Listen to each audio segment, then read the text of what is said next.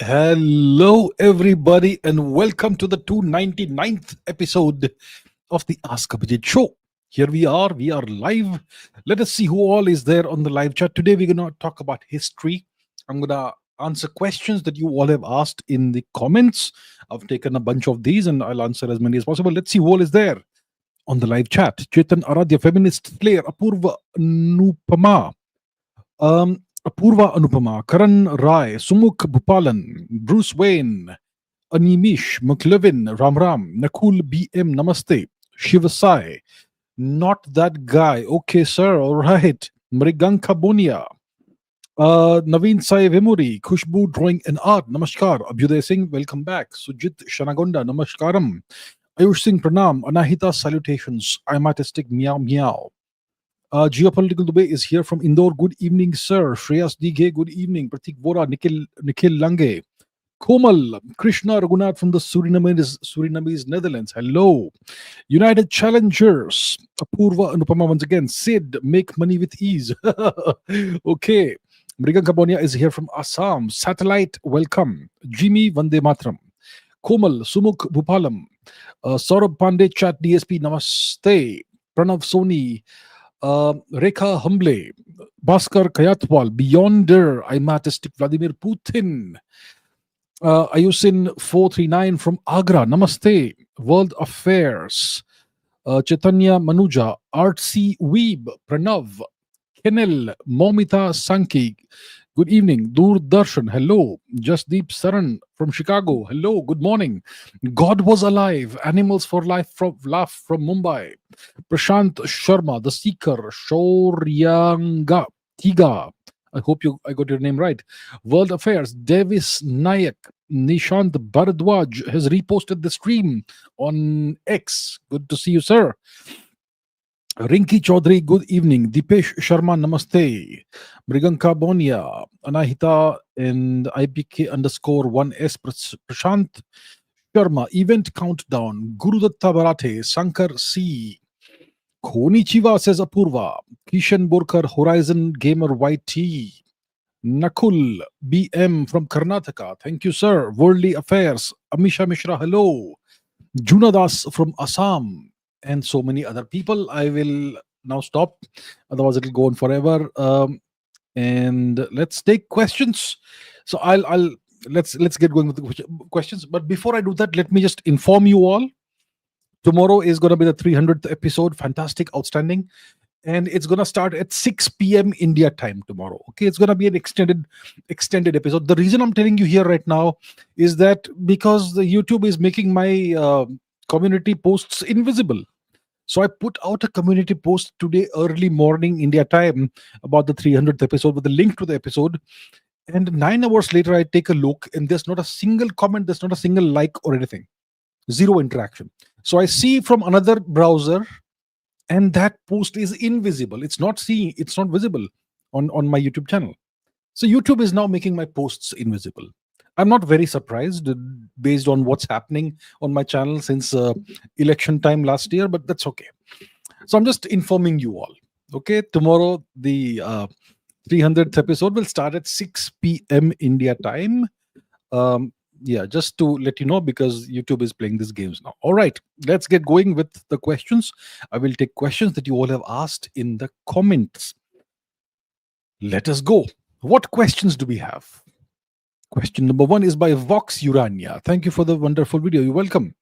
The question is, how have so many aspects of polytheistic traditions managed to survive in India, which is Hinduism, of course, and even thrive against, the Abrahamic, Christian, etc., missionary and all that onslaught?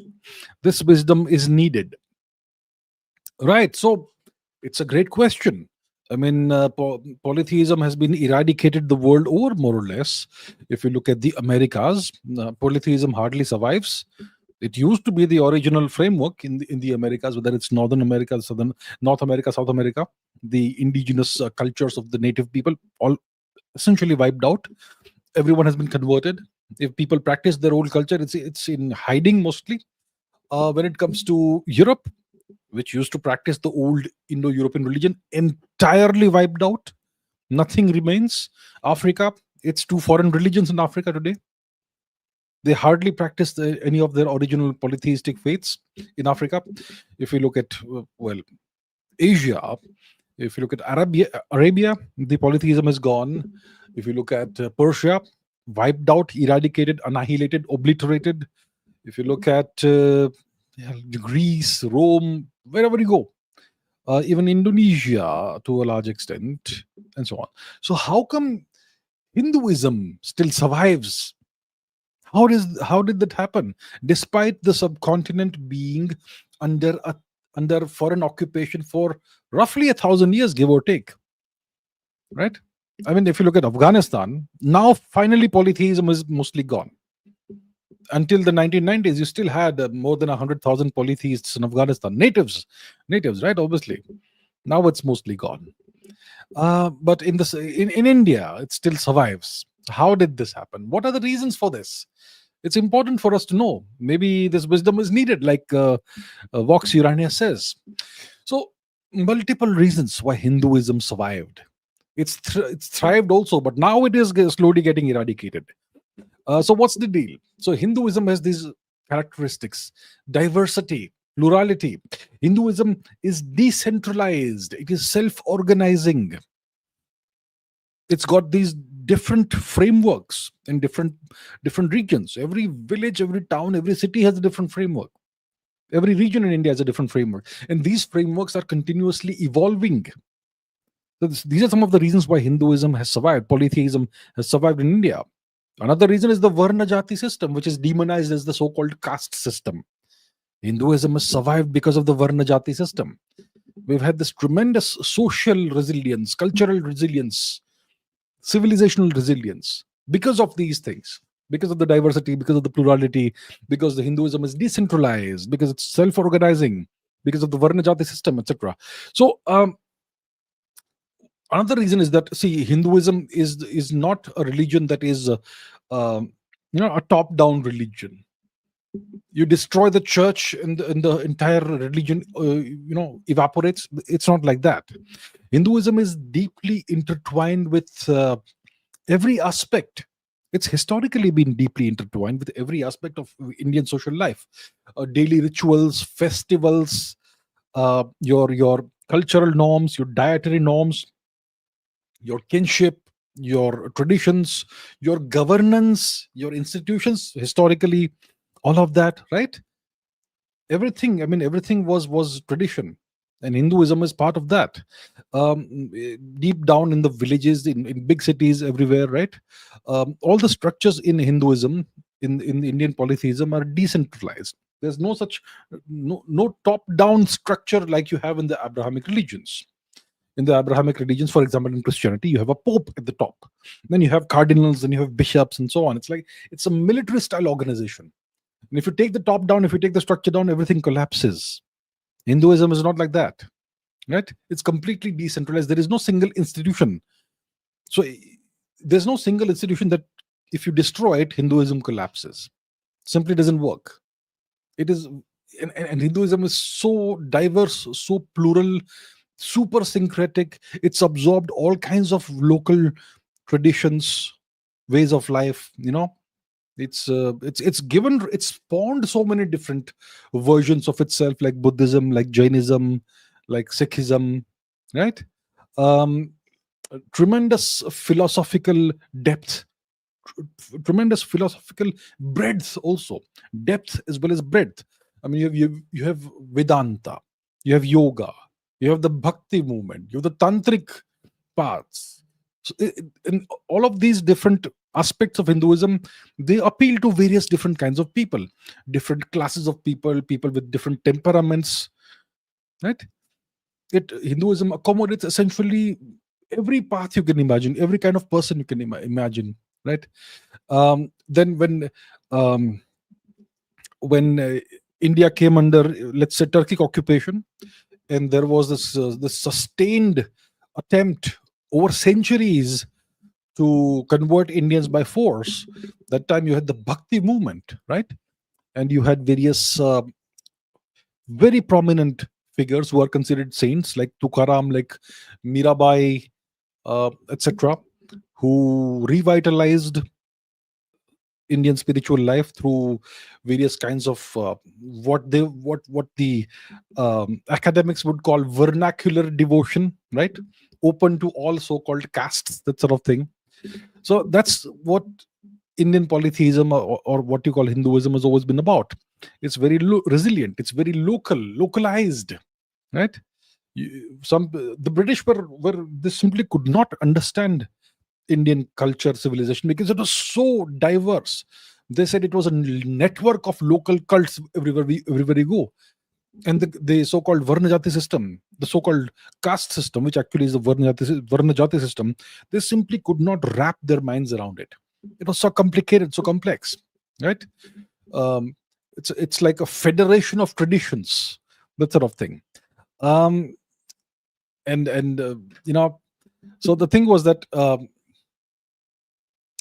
this Varnajati system, they said, the British used to say that it was, and Indian historians today will say it's got these insular structures, insular community structures that limit contact and intermarriage, etc., with each other. This endogamy, right? So because of this, the Varnas and Jatis, they became self-contained religious units, each of which would have its own rituals, its own traditions, its own lineages, its own way of doing things, right? And it was almost impossible to break, no matter how much the oppression was. And there were thousands, maybe tens of thousands of Varna Jatis. How do you dismantle that? How do you destroy that, right? So these are some of the reasons why Hinduism has endured. Hinduism has been so resilient. If you look at ancient polytheistic traditions like the Roman polytheism, or the older Greek polytheism, they did not have this self-organizing structure, these evolving frameworks. They were very easy to destroy. Hinduism, on the other hand, it's the Indian subcontinent has been inhabited since about 70,000-80,000 years before today. It's the oldest society in the world, and that's why it's so incredibly complex. And that's one of the reasons why why Hinduism has survived. It's been so resilient, right? It's very adaptive. It's very elastic, right? It's the traditions are very deeply embedded in society, in civilization, and that's why it's survived. That's why it's adapted. But Hinduism is such that it needs state support to thrive. It needs society to be it needs the society to be prosperous in order to thrive. And those things have been taken away from us today. We don't have state support for Indian culture, Indian civilization, nothing at all. The Indian state is secular. So today it is dying a slow death. And there's no funding available for building new temples and for continuing the traditions. If you look at the other religions, they have tremendous funding, and their religious structures cropping up everywhere across the country. When was the last time you saw a new temple being built somewhere? I know Ram Mandir, that's one example. What other examples do you have? So today, Hinduism is dying a slow death. Maybe in 50 years it will be gone. Perhaps. I hope not, but yeah. All right, next question. EEE says, why did the USSR not construct military bases on Indian soil if India was a vassal of the US? Excuse me, what? Okay. So first of all, you are assuming, sir, that India was a vassal of the US. And then you're asking, why did the USSR not construct military bases in India if India was a vassal of the US? India was nobody's vassal. Okay, I've taken this question because many people assume that maybe India was a vassal of the USSR. Maybe India was a vassal of the US. Maybe India was someone's vassal. So let's understand what the deal was in the 20th century. India was nobody's vassal in the 20th century. India was a very mediocrely run country, no question about it. Very, very poorly run country. terrible governance, the way the economy was mismanaged was terrible, and so on and so forth. I have discussed that at great length on this channel. We all know that. But what does vassalage mean? What does it mean to be a vassal? It means you are a subordinate to a more powerful nation or empire or kingdom or whatever, right? It means subordination. Vassalage means subordination. Now, was India a vassal of the US? Absolutely not. I mean, who even can imagine that? But some people would ask, was India actually a vassal of the USSR?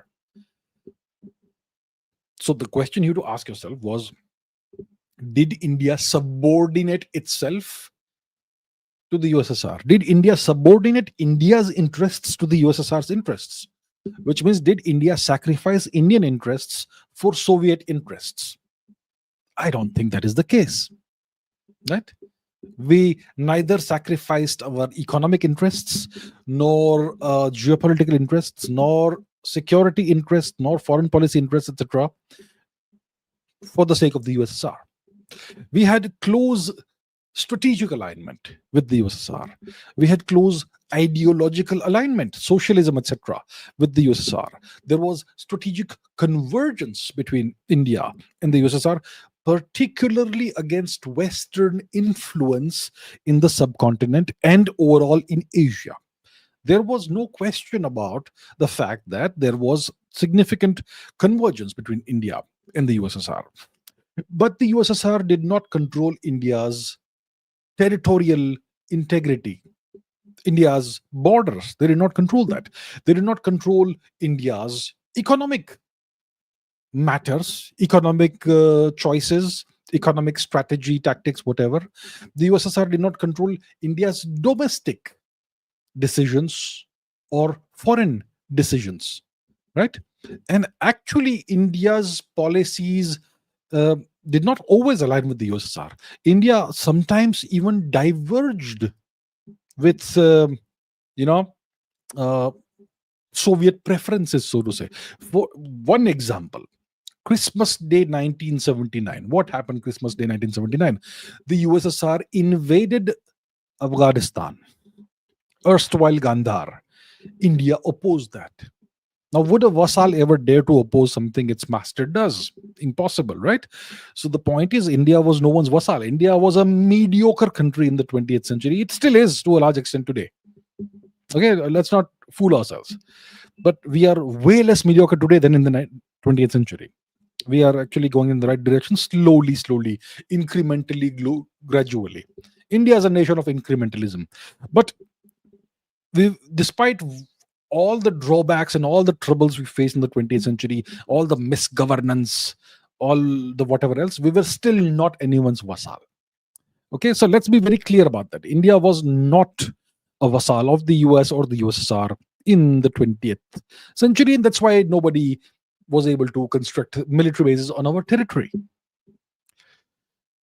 Okay, Shubh says, Hinduism often becomes the target of the practice of child marriage. The allegations that Hindus, these backward Hindus, they practice child marriage. This barbaric, abominable, backward, misogynistic, uncivilized custom of child marriage. These terrible Hindus. So how do you debunk this? You can't debunk it. Hindus did practice child marriage, evil Hindus. But since we're discussing this, let us go to our best friend Google, right? Satya Nadella has given us Google, or he runs Google. So let's go to our best friend Google and let's do some Googling. Let us do some Googling, okay?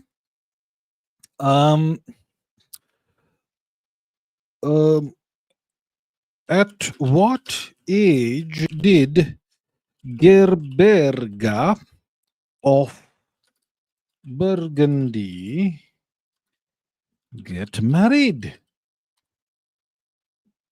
Yes. Hey. Answer the question. Come on. You can do that. It's not answering my question. It's not answering my question.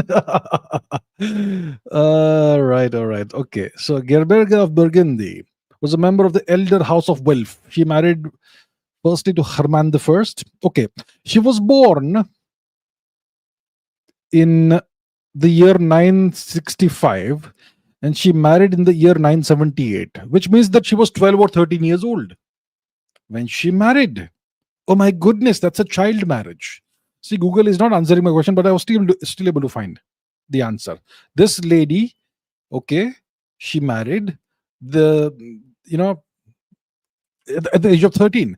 Now, at what age did Cecile of France get married? Cecile of France. She was about 8 or 9 years old when she married Tancred, Prince of Galilee, in the year 1106. Good God. But they will say, these marriages were not consummated. Are you sure? Are you sure? Really?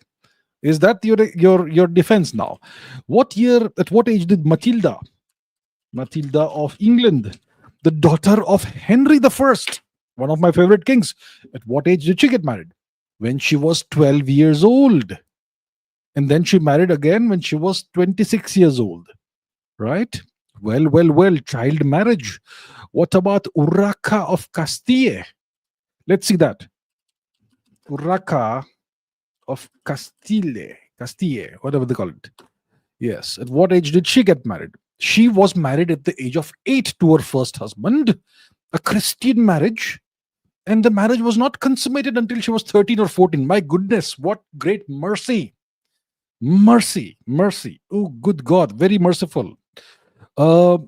Agnes of France. Let's see. Agnes of France.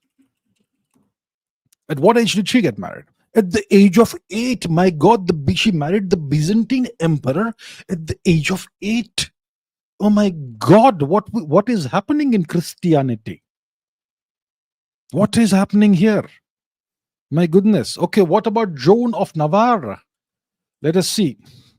Joan of Navarre.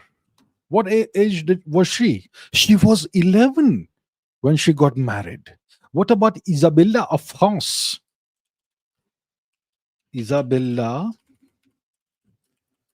France. At what age did she get married? Blah, blah, etc. About 12 years old. Okay, what about Catherine de Medici? Catherine de Medici.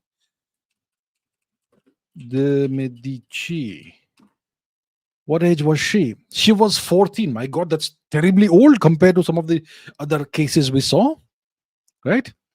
What about Catherine Willoughby? Okay, let's see this one. Catherine Willoughby. Catherine. Okay, she was 14 years old and she married Charles Brandon, the Duke of Suffolk, who was at the time 49 years old. So a 49-year-old gentleman married a lady, a girl, a child who was 14 years of age. What about Lucrezia de Medici? Let us see. Lucrezia de Medici. What age was she when she got married? 13. She was 13. Oh my goodness. And she died at the age of 16. I wonder what she died of. I'm sure. It must be something pretty normal. What about Maria Luisa? Maria Luisa of Parma. At what age did this lady get married? At the age of 13. At the age of 13, she married Charles IV of Spain. But I am over here giving you examples of people who got married like hundreds and hundreds of years ago. Obviously, that's very outdated information, right? No one does these things today, or do they? Let us see some other cases. Okay. Ruby Thornton. Who is this Ruby Thornton? Okay. Ruby Thornton. Let us just Google this name. Ruby Thornton. Okay, 1913. How about that? Ruby Thornton. Okay, it's not giving me the information I seek here. Um, okay, maybe we'll see somebody else. Eunice Winstead. Marriage of Charlie Jones and Eunice Winstead. Let's take a look at this now. All right. Maybe this will give us something. So, this was a child marriage that took place in the state of Tennessee in January 1937. How old was the girl? She was 9 years old. Oh my goodness. Jesus Christ. She's 9 years old. Oh, wow. Okay, let's see something else. Who else do we have? Sherry Johnson. Sherry Johnson. Sherry Johnson is an American activist. She campaigned for title. Okay, she was an only child, etc., etc. Beginning at the age of 9, she was repeatedly raped by the deacon and bishop of her church. Well. Church, bishop, deacon. And she was also raped by her mother's husband. Very barbaric culture these people have. She became pregnant as a result of rape at the age of 10. And okay, so she had to marry the deacon who had raped her so that he could avoid the criminal charges. Okay, so the church arranged the marriage, and she had 6 children by the time she was 17 years old. Okay, and this is all in the 20th century, and this lady is about 66 years old today. Okay, I could go on and on and on. My point is, have we had enough? Is Hinduism this terrible barbaric religion? Yeah, sure. There used to be the practice of the custom of child marriage in Hinduism. Sure. Everyone had it. Let's not talk about certain religions at all, by the way. But I've given you like a 300 examples from Christianity. Okay, so I'm not debunking anything. I'm just giving you, I'm just showing you what the world really is like. All right, that's it. Next. Okay, Nikesh Dahal says, what lessons should we as ordinary Indians learn from a millennium of humiliation? Yes, the Chinese speak about their century of humiliation, don't they? They teach every child in school about the century of humiliation. That China was humiliated by the whites, by the Westerners for a century. We were under foreign occupation in various parts of the subcontinent for over 1,000 years, starting with Gandhar, starting with Sindh, even before Gandhar. And we still are colonized, by the way. We still are laboring under a colonial system, which has never been removed. And we don't know that. So our millennium of humiliation is continuing, by the way. It's not over. India remains deeply mentally, culturally, civilizationally, and institutionally enslaved and colonized. First of all, that is the first lesson we have to learn. The millennium of humiliation is not over. It is continuing. We are still colonized. First of all, understand that. That's the first lesson. It's not over. Now, what are the lessons we have to learn? So many lessons. Look, people ask, how do we take revenge for the millennium of humiliation? Revenge on the Turks, revenge on the Europeans, and so on.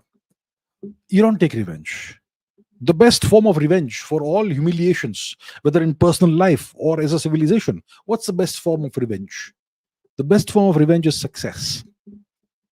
Success. India needs to succeed.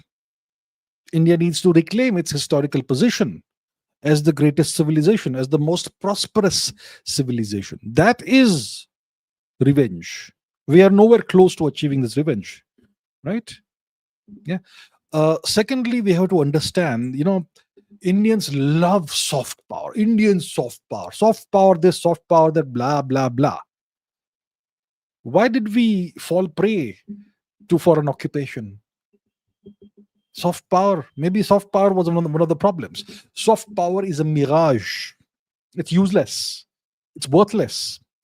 Soft power is pointless unless it is backed up by hard power, actual hard power. Understand what the world respects, understand what the world fears. Hard power. Prioritize hard power. How do you prioritize hard power? By becoming an economic powerhouse. There's no other way. India must reclaim its historical position as the world's largest economy, the greatest economy in the world. This requires sustained, long term, high economic growth, right? We have to reach the $10 trillion mark first and then the $15 trillion mark. Eventually, we will be, putting out these marks in Indian rupees, not in dollars. But right now, we talk about dollars because the dollar is the world's reserve currency. So we have to grow to these marks. Right now, we are not even a $5 trillion economy. Soon we will be. So 5, then 10, then 15. We have to keep on moving. We have to keep on hitting these milestones, right? That's the only way. If you to increase your hard power and gain the respect and fear of those who do not seek you well. And once you have money, you have to invest it in the right places. It should not be splurged on these lardli behena yojanas and whatnot they're doing. It has to be invested in the military, in science. There's no progress without science. Science is vital for progress. So India needs to bolster its military strength. India needs to achieve excellence in science and technology, which will not come without merit. A meritocratic society. No more reservations. Are we anywhere close to that? Are we learning any of the lessons of the millennium of humiliation? Right? So we cannot compromise on excellence in science and technology. We need to have one of the world's best space programs. Are we anywhere close to that? Our space program is sleeping right now. The Chinese are going ahead in leaps and bounds. The Chinese are developing reusable rocket technology. What are we doing? Nothing. Yeah. Okay. Next, India must become a manufacturing power, obviously, right? Otherwise, you can't grow your economy. India has to achieve self-sufficiency in autarky, essentially. The way Russia is an autarky, completely self-sufficient in everything. Whether it is raw materials, whether it is iron, whether it's copper, whether it is oil, whether it's gas, whether it is chemicals, whether it's fertilizers, whether it is agriculture, whatever you can think of, Russia is self-sufficient in those things. So is the US. India needs to become that, right? Completely self-sufficient in all critical resources, agriculture, industries, etc., technology, right? Complete autarky. Now, what about leadership? What about governance? We need reforms on that. We need reforms in these fields. We need to have a strong, unified leadership. The past 3,000 plus years of history teach us that India has done well only when it has been unified under a strong central leadership. I can give you the examples of the Mauryan Empire, the Kushan Empire, the Gupta Empire, the Chola Empire, even for some time, little bit of time, the Maratha Empire. Strong central leadership. Right? India needs strong central leadership to unify the country and keep the country immune from external aggression. India needs meritocracy, like I said. Reservations are the bane of India. They will destroy India. India also needs meritocracy in succession of leadership. Kingdoms, nations, empires disintegrate because of poor leadership succession. And what threatens leadership succession? Elections. So India needs to have a system that promotes the best possible leaders and puts forth the best possible leaders, not the most popular. The best leaders are not necessarily the most popular. The best leaders can often be unpopular because they make hard choices which the general population won't understand, right? So that has to happen. We need to prioritize the national interest. We need leaders who prioritize the national interest, right? Not the popular, whatever is popular right now. Yeah, they need to avoid the mistakes made by past leaders.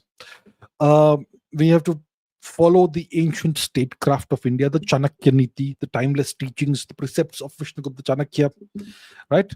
Our other rival nations, they follow Chanakya Niti far better than us. Even Pakistan follows Chanakya Niti better than India. Hmm? So that's where we are. We also need to wage a war on corruption. We need to reform our internal systems. We need to raise our national standards. We are currently a super mediocre nation. We are a nation of incremental tiny change.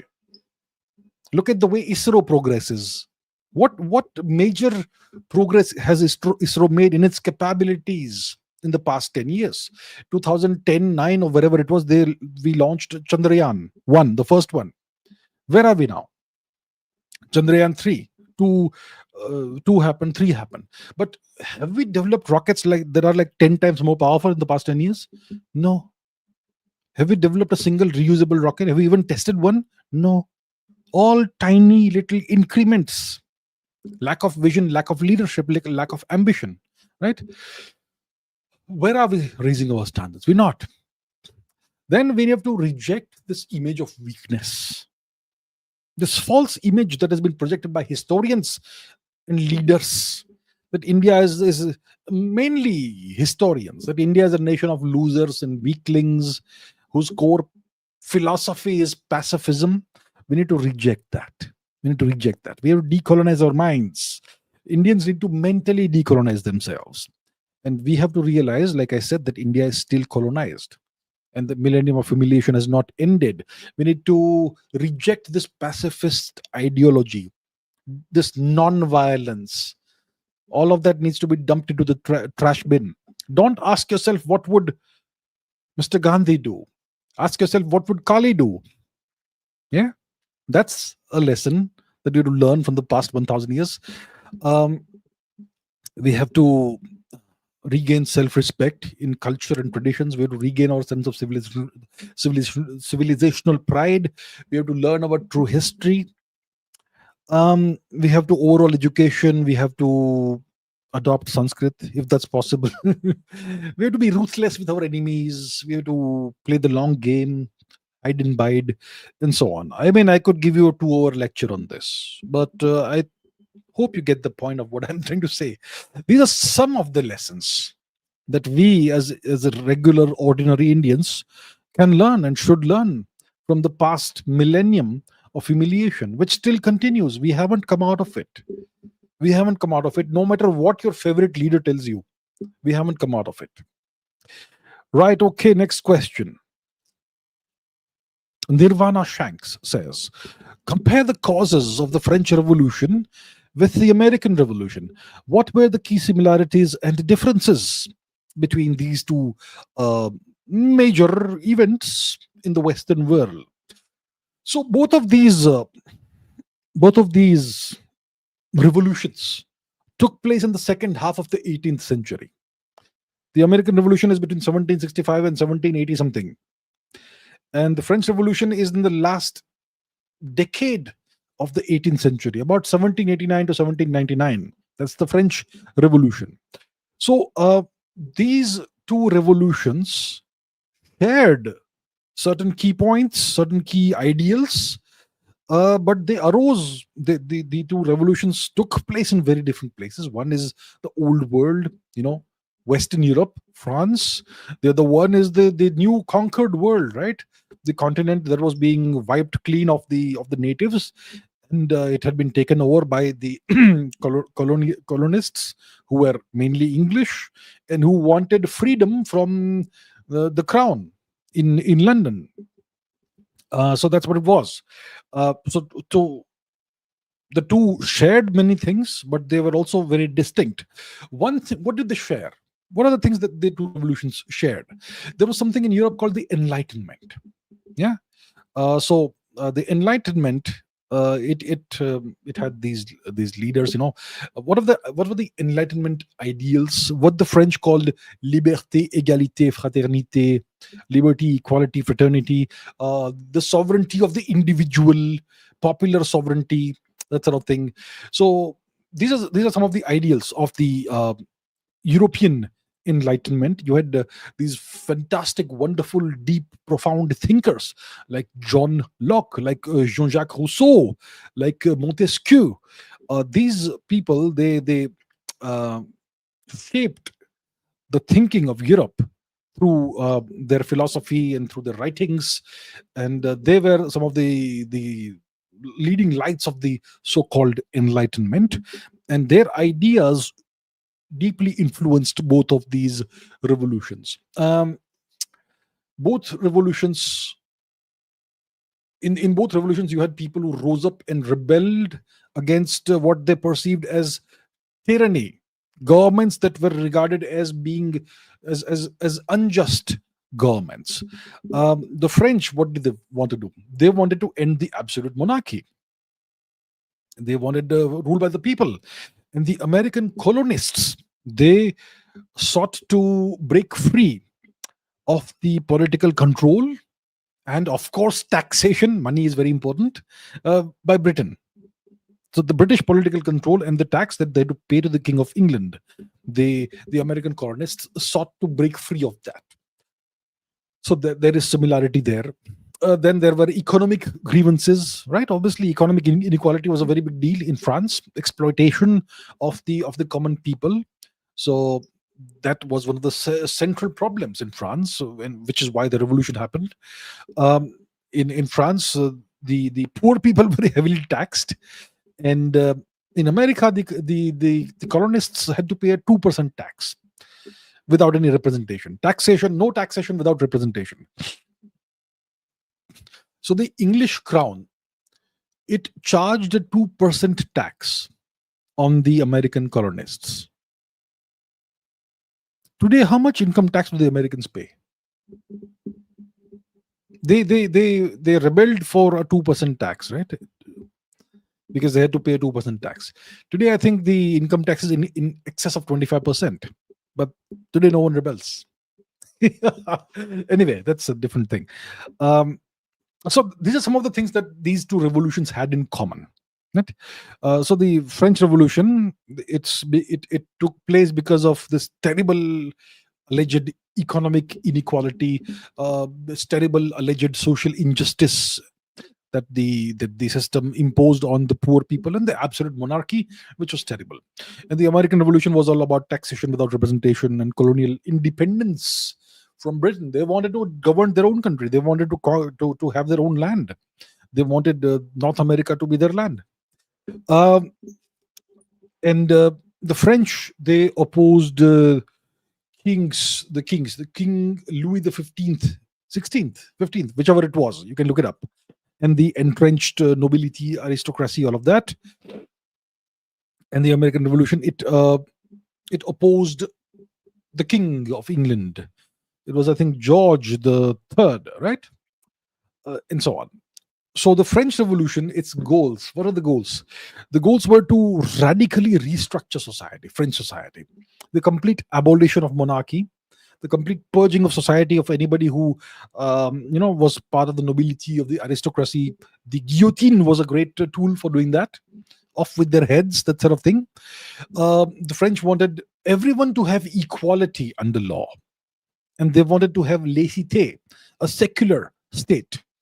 And the American Revolution was all about achieving political independence from England and self-governance while maintaining social order. Obviously, you can genocide the natives, that's fine. They're savages, like the American Declaration of Independence says. But social order, which is under the rule of law by the white man, that sort of thing. And the outcome, obviously, was warfare. In France, you had this violent upheaval in this decade-long, pretty chaotic transition towards dictatorship under Napoleon, essentially, right? So they moved from one form of autocracy to another form of autocracy in France.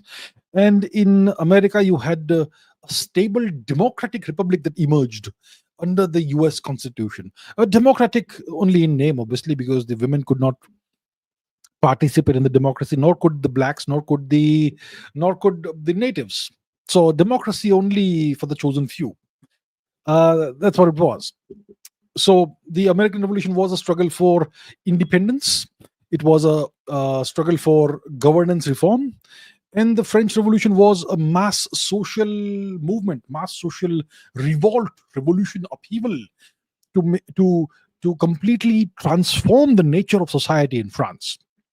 And both of these drew inspiration from the ideas, the ideals of the European Enlightenment, Montesquieu, Rousseau, John Locke, and so on, right?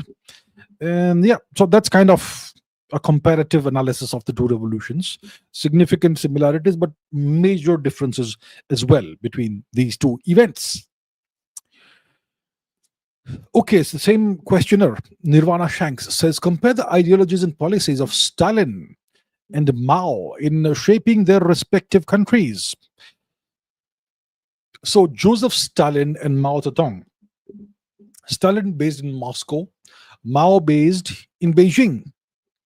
Mao comes to power in 1949 after winning the Chinese Civil War and defeating Chiang Kai-shek and the Kuomintang. And Stalin was in power. He became, well, since before the Second World War. So if you take a look at the maps, then you will see that these two countries share a significantly long, contiguous border, despite the capitals being so far away from each other. So the Russian capital is obviously Moscow over here, and the Chinese capital is Beijing all the way in the east. And if you look at the distance between the two capitals, well, it's mind-boggling. It's 5.7 something thousand kilometers, right? But as you can see, the two countries have a significant border. There's a tiny little border here as well between obviously Kazakhstan and Mongolia, but in the past, Kazakhstan was part of the USSR. So the border was much longer at that time. So that's just the map. Okay, so yeah, now. So you have these two rulers, Stalin and Mao. Both were Marxist-Leninists, clearly. Both were authoritarian. So the ideologies were pretty compatible. Policies were also authoritarian policies, but you will find differences as well. You will find divergences in their ideologies too, and their policies as well. So what was Stalin's ideology? Socialism, sure, but it was centralized industrial socialism. Industrial socialism. And Mao, he was also a socialist, but he was all about revolution, the revolution of the proletariat, the revolution of the peasants. So Mao was all about peasant-based socialism. Stalin was all about industrial socialism. Significant difference, despite both being socialists. What was Stalin's economic focus? Stalin's economic focus was heavy industry and collectivized agriculture, forcible collectivization. You have no choice in what happens. We're gonna forcibly collectivize all the agriculture in the country, and that's what he did. Stalin. That's what he implemented. So Stalin focused on heavy industry, massive, large-scale industrialization and collectivization of agriculture, and Mao was all about rural communes. So Mao was all about agriculture. It was all about creating communes in villages, rural communes. The Great Leap Forward, which essentially destroyed the country in a significant way. But yeah. So once again, Stalin was all about industry, was all about large-scale collectivized agriculture, and Mao was all about peasants once again, and rural communes, not massively collectivized agriculture, and definitely not industrialization. Then what about the politics? What about the political ideology? What was the means of political control for Stalin and Mao? So Stalin was, well, an out-and-out bureaucratic-minded person. So Stalin controlled his nation through a totalitarian bureaucracy. He held frequent purges in the country, and he had this massive network of espionage all over the country. Secret police, NKVD, KGB, whatever you want to call it, right? So the bureaucracy controlled the whole country, totalitarian bureaucracy, and you had secret service all over the place. And yeah, purges happened all the time in Stalin's USSR. When it comes to Mao, Mao, how did he control his country? Through mass mobilization of the peasants, through ideological campaigns that sought to motivate the peasants. And yeah, you would obviously have aeroplaning of intellectuals and all that. You can look it up what it means. Black and white pictures, thankfully, right? And that was called the Cultural Revolution. So the total transformation of the culture of the country. Uh, what was the role of the peasants in the two countries? Under Stalin, the peasants were forcibly subordinated to the industrial goals of the country. So peasants were sometimes moved out of agriculture and put to work in factories, right? And in Maoist China, it was the other way around. People who worked in factories were pushed into farms and turned into peasants. And the peasants were essentially Mao's centralized revolutionary force. So totally different outlook in the two countries. Um, and obviously both Mao and Stalin were against religion. So Stalin definitely suppressed religion in his country. Anyone who was religious would be purged. And Mao was not only about opposing religion and purging people who were religious. Mao was also an anti-intellectual. So there was this massive anti-intellectualism campaign in China. If you were a physics professor and you taught quantum mechanics, you would be purged. You would be sentenced to 20 years hard labor in the farms. And you will forget all quantum mechanics by the time you're done. Right? Mass re-education. Anyone who had the wrong notions, you believed in quantum mechanics, you believed in relativity, you would be re-educated. Yeah, through hard labor, that sort of thing. So as you can see, the ideologies are similar but very different. The policies are also kind of similar but tremendously different as well. And Mao, to conclude, Mao regarded Stalin. Mao had the greatest amount of respect and admiration for Stalin. And it's only after Stalin's death that the Sino-Soviet split happens, because once Khrushchev comes in, Mao did not have that same kind of respect for Khrushchev. So yeah, that's the deal. Both were similar, but both were also significantly different. Amisha says, ancient Egyptians were fairly accepting of nudity, with women often depicted topless or in little clothing. But today, millions of Egyptian women wear conservative Islamic clothing. How did they become more conservative? Did it happen in the Greek period? Did it happen in some other period? Was it the Roman period? Was it the Christian period? The Muslim period? How did this all evolve? So you are totally right. If you look at various carvings and sculptures and artwork, Egyptian artwork, you will see that the Egyptians were nudity was no big deal in Egypt, whether it was males or females, no big deal at all. So how does this change? So that is the original Egyptian culture, very similar to ancient Indian culture before 1000 AD. No big deal. Nudity is no big deal. So Egypt, it first came under foreign occupation. Egypt is a very ancient civilization. Egypt was, well, you could say, older than China. The only older civilization is India that we know of. So Egypt first came under foreign occupation about 1500 BC. For a century and a half, maybe 2 centuries, by a strange bunch of people called the Hyksos. The Hyksos were very different from the Egyptians. They were, of course, polytheists, and they used to worship a thunder god. They used to invade on chariots. And yeah, certain very strange beliefs they had. They had horses, and they had chariots, and they had a thunder god, and they had copper weapons and stuff like that. And they seem to have come from the part of the world where the Mitanni lived, and so on. But the Hyksos did not impose any weird culture on Egypt that made Egypt cover up or something like that. That did not happen. So the Hyksos occupation did not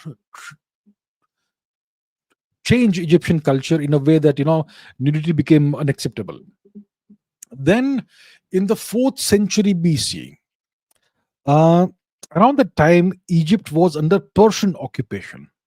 And the Egyptians regarded the Persians as bad people, okay, foreign occupiers of Egypt. And the Persians again had no issue with nudity, nothing. The Persians were similar to us at the time. So they had no issue with nudity. But then the Greeks arrive. Alexander the Greek comes there. He had already defeated the Persian forces in what is present day Syria. And then before going to Persia, he said, let me go towards south, towards Egypt. So he moves into Egypt, and the Egyptians welcome him as a liberator. And they crown him as the pharaoh, Alexander. And Alexander apparently founds a new city, which is now called Al-Iskandria, Alexandria, uh, based on his name. Yeah. And the Greeks also don't have any issue with nudity at the time. So that's the 4th century BC. Now, around the 1st century AD, things start changing because a strange new religion appears.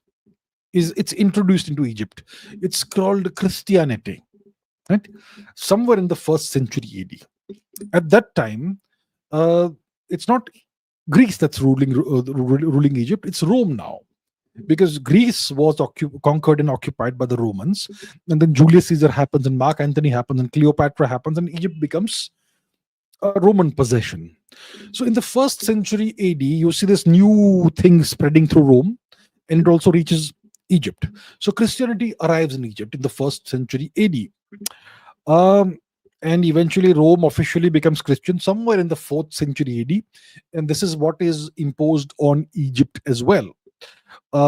You had the female astronomer and mathematician Hypatia, who was torn to pieces by Christian mobs somewhere in the 4th century AD, right? So because she was a mathematician, she was a woman. How dare a woman do mathematics, right? That sort of thing. And Christianity was significantly more intolerant than the Greek polytheistic religion, or the Roman polytheistic religion, or obviously the original Egyptian polytheistic religion. Christianity did not like women who were free. It did not like nudity. So things start changing when Christianity becomes more powerful in Egypt. And somewhere in the 6th century or so AD, Egypt's ancient culture is wiped out. And that's where Christianity becomes more orthodox and so on, and becomes more powerful. And I think it's around this time that nudity is no longer tolerated in Egypt. And then there is a conquest of Egypt somewhere in the 7th century or so by the Arabs, and that's about it. We know what happens then. The Rashidun Caliphate. So once the Rashidun Caliphate conquers Egypt, it's curtains for any idea of nudity or whatever. You have to cover up top to bottom. End of story. All right. Aayush Singh says, you mentioned that Indians settled in Australia thousands of years ago. It means that they had the chance to conquer that piece of territory, ? Why didn't they do this like the Europeans? Why such a difference in mindset, where one race conducts a genocide on a continental scale, like in North America, South America, etc., whereas the other one, which had reached regions which Europeans did not even dream to have existed at least the time, lived in harmony? Also, please give an estimate number of people Europeans have killed in Australia, Americas, and countries like New Zealand. Okay. So there is no question about the fact that ancient Indians voyaged to Australia. When did this happen? Somewhere around 4,300 years ago. You can look it up. You will find articles in Nature, you will find National Geographic articles, and so on. The time period is about roughly 4,300 years before today, give or take 100 or 200 years, around that sort of time period. How do we know this happened? How do we know? Because that's the time when new genetics suddenly appear among the native population of Australia. Who are the natives of Australia? Today they are called the Australian Aborigines, the Aboriginal people of Australia. They're not called the indigenous Australians. I suppose they may be called that too. But the term that I've heard since I was a kid was Australian Aborigines. So that's the true native people of Australia, not the Europeans. So these people have been living in Australia for at least 50,000 years. 50,000. And suddenly, about 4,300 years ago, their genetics change and some new genes come in.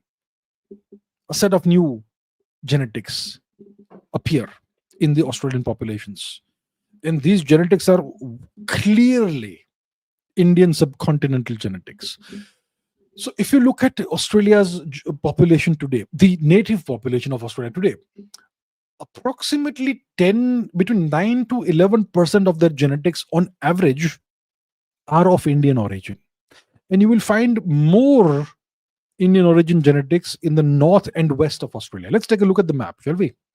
So that we understand what we are talking about. All right. Here is map. So you can see where India is. Now you can see where Australia is. What is the north of Australia? It's all of this, right? What is the northwest of Australia? It's this. Clearly, it's the region of part of Australia that is closest to India. So Indians voyaged by sea, maybe through Southeast Asia or wherever, but they voyaged by sea. Indians had ships.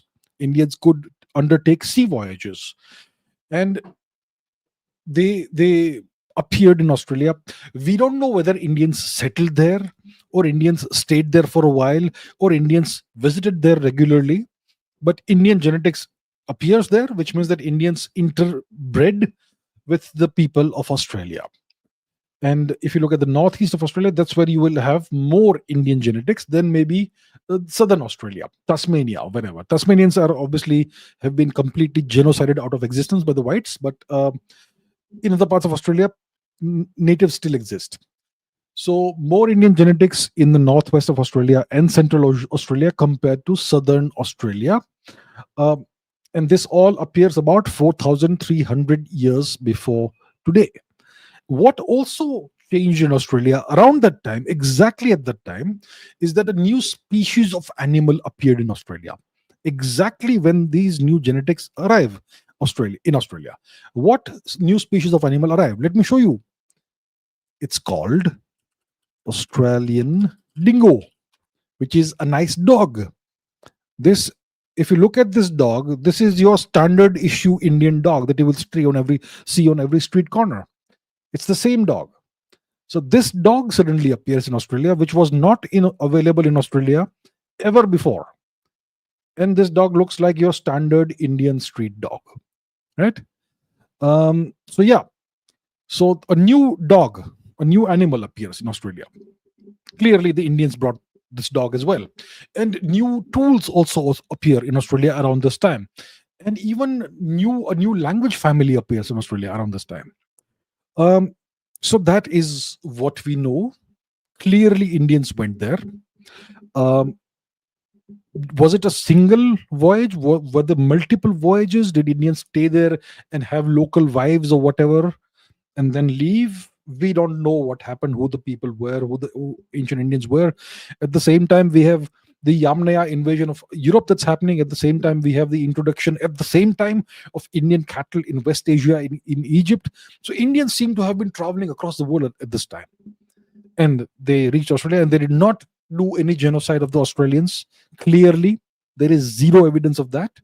So Indians, they interacted pretty peacefully with the Australians. That's what we know, right?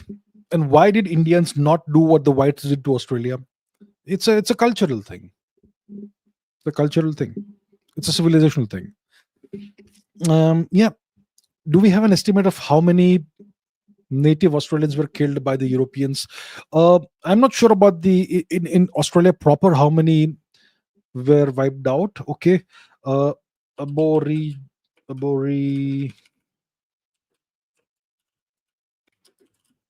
Okay, enslaved. My goodness, what's wrong with me? ENSLAVED. Ah, man. So if you look at the images, you will see that the Australian Aboriginal people were treated like animals. They were treated like flora and fauna. I mean, check this out: people in chains. It was absolutely terrible, atrocious treatment that these people got. They were treated like animals, and many of them would have been killed. Another question we can ask Google is, how many native Tasmanians existed before Europeans appeared? Let's see. Oh, really? Just 15,000 people in Tasmania? Okay, that's what Google says. All right. So between 3 to 15,000 people only were genocided in Tasmania. What about the Americas? In North America, maybe 100 million. Between 50 to 100 million Native Americans were genocided in North America. In South America, I'm not quite sure. You can look it up. So, yeah, New Zealand, once again, I'm not really sure. And we can do the research over here, or you can do it in your free time. But the numbers are pretty mind-boggling overall. Right. David says, how did the Saxon Empire beat the Roman Empire? Okay, we're talking about the British Islands, aren't we? So let's take a look at the map before we go and discuss this further. The Saxon Empire and the Roman Empire. Okay. So here's a map of the world. We're talking about the British Islands. So this is the part of the world we're talking about. This set of islands over here. So Rome is over here in Italy. As you can see, this is Rome. This is the city of Rome. And if you go to the north and we go to the west, you cross the English Channel, you come to the British Islands. And so the Romans conquered the British Islands, not all of the British Islands. They could not conquer Ireland. They did not really go all the way into Scotland. But what is now called England and Wales and northern England, all of that was conquered by the Romans. And they built a wall, Hadrian's Wall, all the way up north. And north of the wall were the barbarians, the Picts and whatnot. And eventually the Romans left England. So what happened is the question. Did the Saxons defeat Rome? Did the Saxons have an empire? The Saxons never had an empire. And they never defeated Rome. So what happened? How come England became Anglo-Saxon? How come the British Islands came to be dominated by the Anglo-Saxon people? And today, and later the Normans. So when the Romans arrived in the British Islands, it starts around the time of Julius Caesar. The people who lived in the British Islands, they were of Celtic origin mostly. And they were defeated by the Romans. And the Romans, built garrisons and cities in the British Islands. And they conquered and ruled the British Islands. Now, in the 4th century AD, that's like several centuries have passed, and Rome is no longer this great cohesive power that it used to be. It's been an empire for like 2-3 centuries, and once you're an old empire, you kind of lose your edge, don't you? You overextend yourself. You have too many possessions, too many things to look after. You have Germania Magna, you have Thrace, you have North Africa, you have Egypt, you have Greece, you have Gaul, you have Iberia, you also have the British Islands. How much can you administer and govern at the same time? So by the 5th century AD, what you find is that Rome is politically fragmented. Rome is under pressure by invaders. A bunch of Germanic tribes have come together, into a coalition, and they have crossed the Rhine. Where's the Rhine? Let me show you the Rhine, since we are discussing the Rhine. The Rhine is a major river in Europe. Let's go. So the way I see the Rhine is the border between Switzerland and Germany. Okay, if you go to the map, you will find that there is this river over here. This is the Rhine. Right in the middle of the Rhine, you have the border between Switzerland and Germany. And Switzerland was then, at that time, part of Gaul. The Romans regarded the this land as part of Gaul. So the Germanic tribes had crossed the Rhine and they were threatening Gaul, and they did devastate Gaul. And then you also had the Ostrogoths and the Visigoths, who were doing all kinds of mischief and devastation of Rome. You also had the Vandals. You also had the Huns, who were pressuring Rome at the same time when they were pressuring India. So Rome is under siege from all these forces. Rome is overextended. Rome is also politically disunited. Rome has ambitious governors who want to declare independence and declare themselves emperor, right?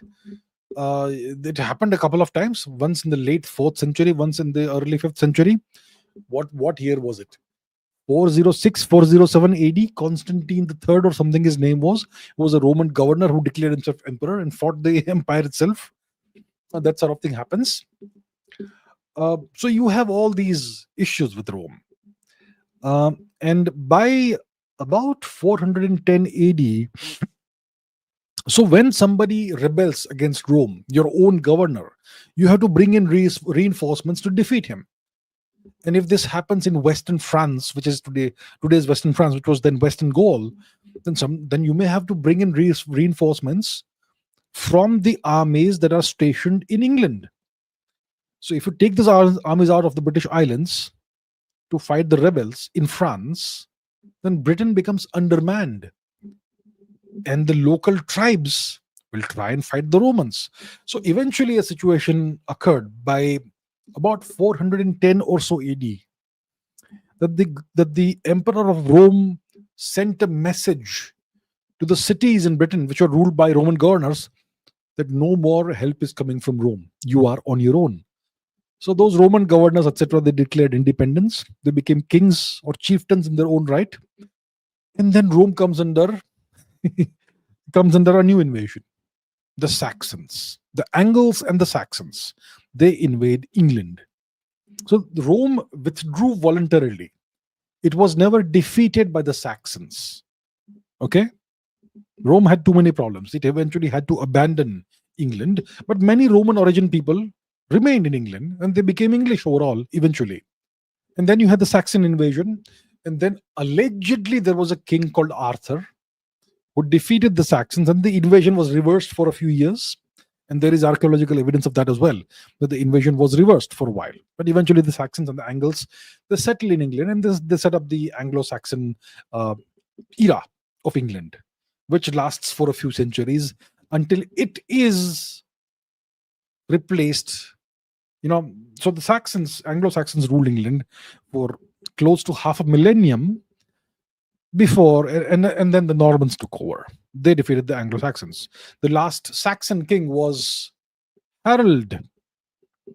Yeah, Harold Godwinson, the unfortunate, the guy who took an arrow in his eye, and that's a whole different story. Okay, so that's the story about the Romans and the Saxons. Real painter, that's quite a name. Okay, why did the US invade Vietnam? Was Vietnam becoming a USSR vassal with the communism split? Okay, what was the deal? What happened? So in 1945, the US, in 1944-45, the US becomes a superpower. The world's reserve currency and so on, and it wins the Second World War along with Russia, and Europe is divided between Eastern and Western Europe. Western Europe comes under US hegemony. Eastern Europe comes under Soviet hegemony. At that time, Vietnam was under French occupation, French colonization. The term we use is colonization because occupation sounds harsh. Colonization is a nice term.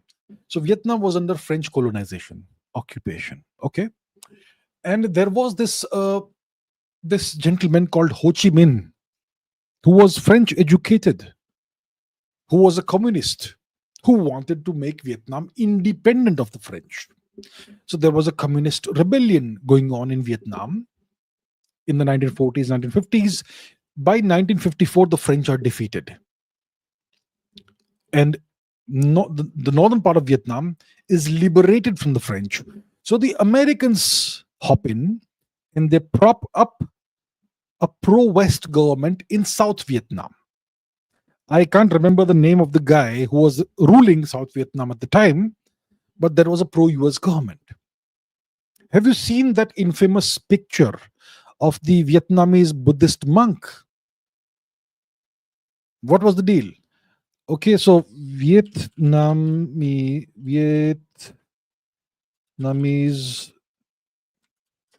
Buddhist monk self-immolation.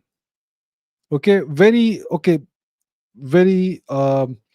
famous, infamous image. Trigger warning in case you are sensitive. Don't look at this. This here. How do I? Okay, maybe it doesn't want to allow me to see this or show you this. But you have this picture, right? Very famous, infamous picture of the Buddhist monk who immolates himself. Why did he do this? Why did Thich Quang Duc do that? Why did he set himself on fire? This was in South Vietnam. Why did he do this? Because the South Vietnam government that was propped up by the US was a Christian government, and it was trying to eradicate the native religion and culture of Vietnam. Naturally, obviously, if you are a pro-US government, you're going to do that. So that's why this Vietnamese Buddhist monk did this public self-immolation. So, coming back to the question, South Vietnam was a US vassal. It was propped up by the US. So you have successive American governments and presidents, Truman, Eisenhower, Kennedy, etc., who support South Vietnam more and more. First through funds, then through political advisors, then through military advisors, then through weapons, and so on. And the quantum of involvement is increasing every year with each presidency, with each administration, with each American regime. And the American fear was that, look, in 1949, China became communist. And now North Vietnam has become communist. If we allow this to happen, there's going to be a domino effect and the whole of Asia will become communist. And we want democracy. Communism is something that came out, which is associated with the USSR. So if communism spreads, the USSR wins and we lose. So let's have democracy, which is vassalage. Understand what democracy really means. It means being a vassal of the US. So North Vietnam becomes more and more powerful, and they are obviously supported by the USSR as well as by China. So the US obviously supports South Vietnam, and eventually by 1964 there is this alleged false flag operation. Okay, some people say it's a false flag operation, others say it's a conspiracy theory. It's up to you to decide what you feel or what you think based on your research, if you do it. So there is this Gulf of Tonkin incident. Let's Google it.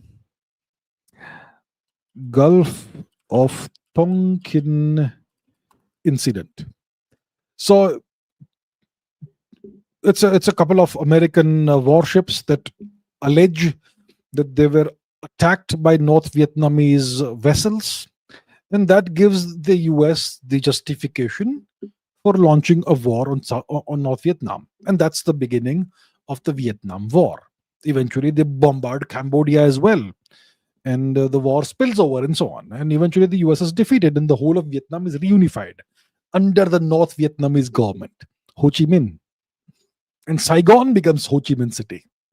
And today Vietnam is still if you see the flag of Vietnam, it's still that communist flag. So that's the story of why the US invaded Vietnam. Right, next. Amisha says, if the Ottomans were Turks, then how come they all look like Europeans today?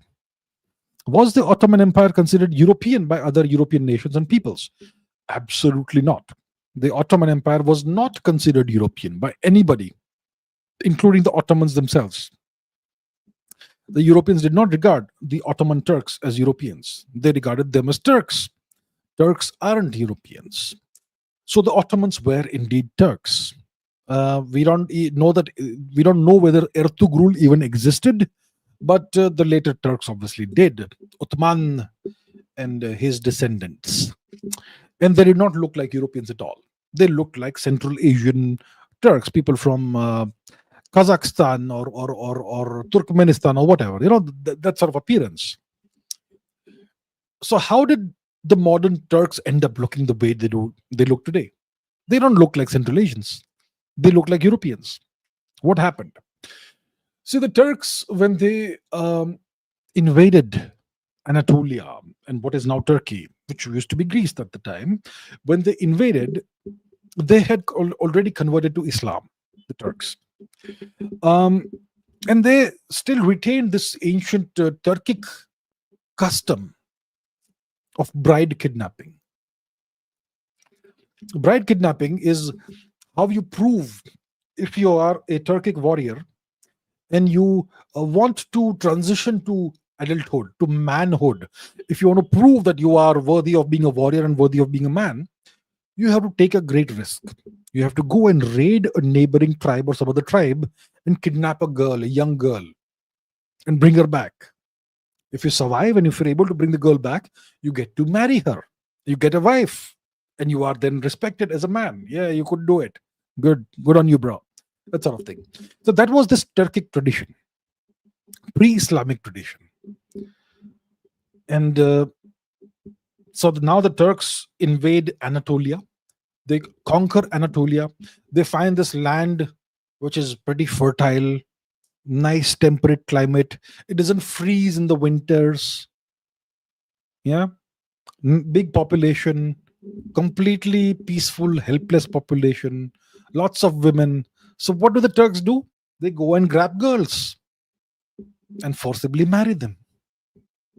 And because they are now Muslims, one woman isn't enough for them. So they grab multiple women, each Turk. And this goes on for generations and generations and generations. If you go to Cyprus today, where is Cyprus? In the 1970s, which year was it? 1974 or whichever year it was, sometime in the 1970s, the Turks invaded the Greek island of Cyprus. Where is Cyprus? This here is Cyprus. It is a Greek island, and the Turks take over the northern part of Cyprus. As you can see, there is this dashed line over here, which represents an undemarcated, disputed border and a no man's land kind of situation here. Yeah. So the northern Cyprus is occupied by Turks. Southern Cyprus is still free, and it is still Greek. So in Cyprus also, ever since the Turks took over, they have been trying to kidnap Greek women and girls and forcibly marry them and have children with them. So that still continues. So because the Turks continued this for generations and centuries, that's why the Turks today look like Europeans. And if you do a DNA test of Turks, of the Turkish people, you'll find that they're about 95% to 100% either Greek or Greek Armenian or something similar. Very little, if any, Central Asian DNA left today. Maybe 1-2%, because they've been doing this for centuries. So that's how they completely transformed their ethnicity. And so they are culturally Turkish or Turkic today, but ethnically they are Greek and Armenian, but they hate the Greeks and the Armenians. That's the deal. Okay. 2 questions. One is by EEE. How did capitalism evolve from feudalism? And Nirvana Shanks says, how exactly did the Industrial Revolution change social hierarchies and labor systems in Britain? Thank you for your attention to this matter. Okay. So clearly the 2 questions are interconnected, and let's deal with this. Okay. So the Industrial Revolution it happens sometime in the 18th century. Let's say 18th century, okay, industrial revolution. Before the industrial revolution happened, what kind of society did you have in Europe?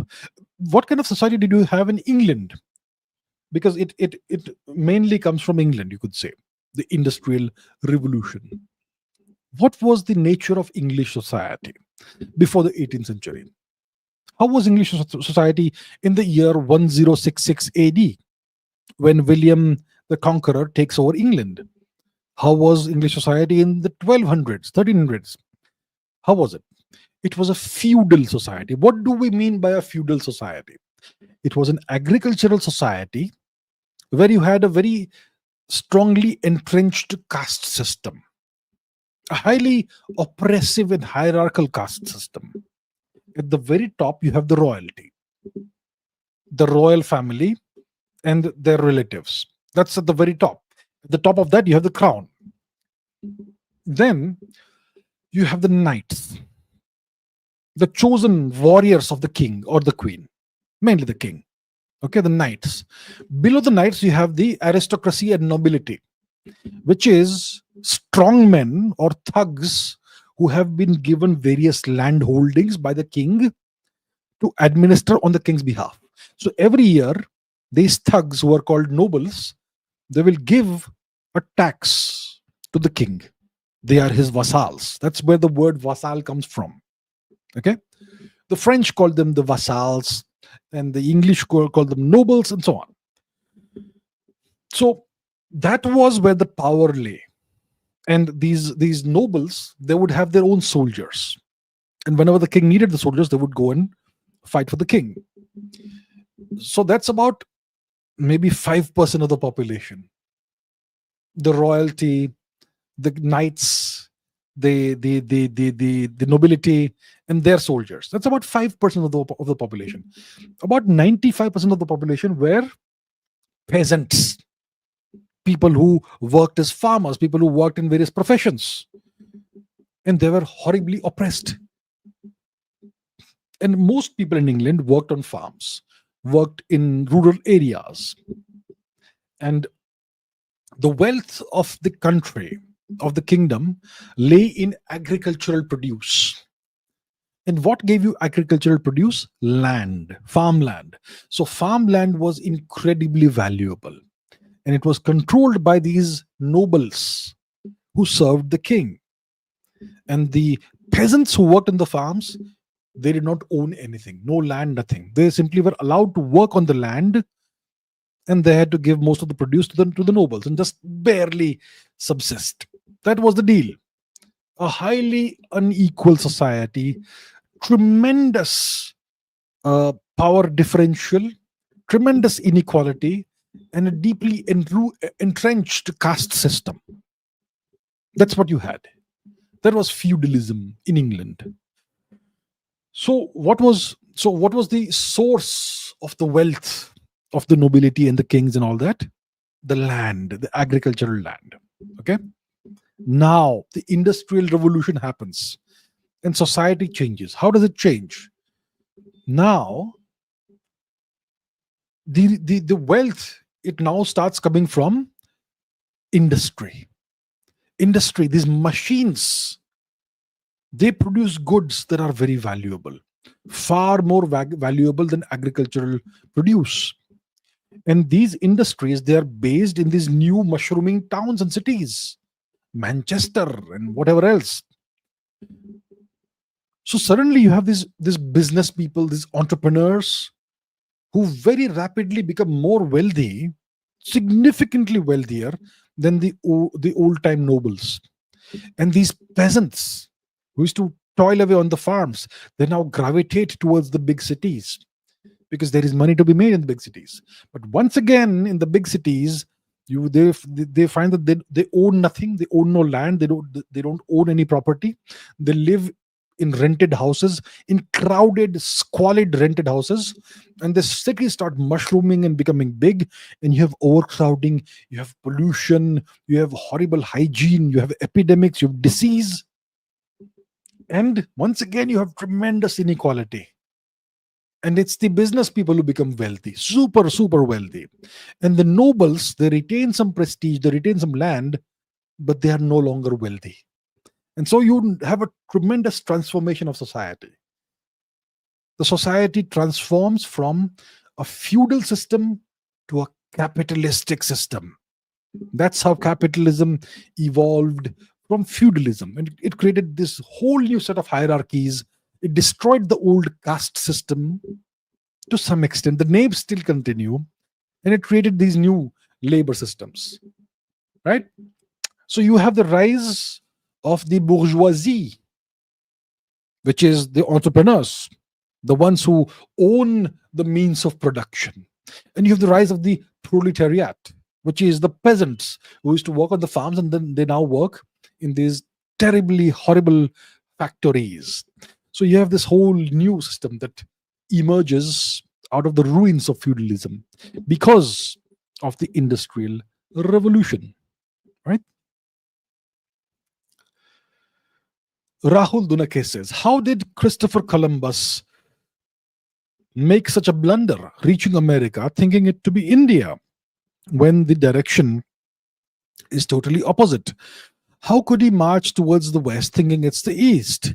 Wasn't he reading the magnetic compass, the position of sun in the night? Wasn't all of this informative enough? So, Christopher Columbus, he did have the use of the magnetic compass, but it was a new instrument at the time. So it was there, it was available to him. Now, what was the deal with Christopher Columbus? He knew India existed. See, at this time, in the 1500s, what's recently happened is that the Turks had recently conquered Constantinople, and they had finally ended the Byzantine Empire, the Eastern Roman Empire. And because of that, Europe had lost its land access to India. Europe used to trade with India for centuries, since before the Roman times, and they deeply craved Indian goods, such as textiles, such as spices, and whatever else.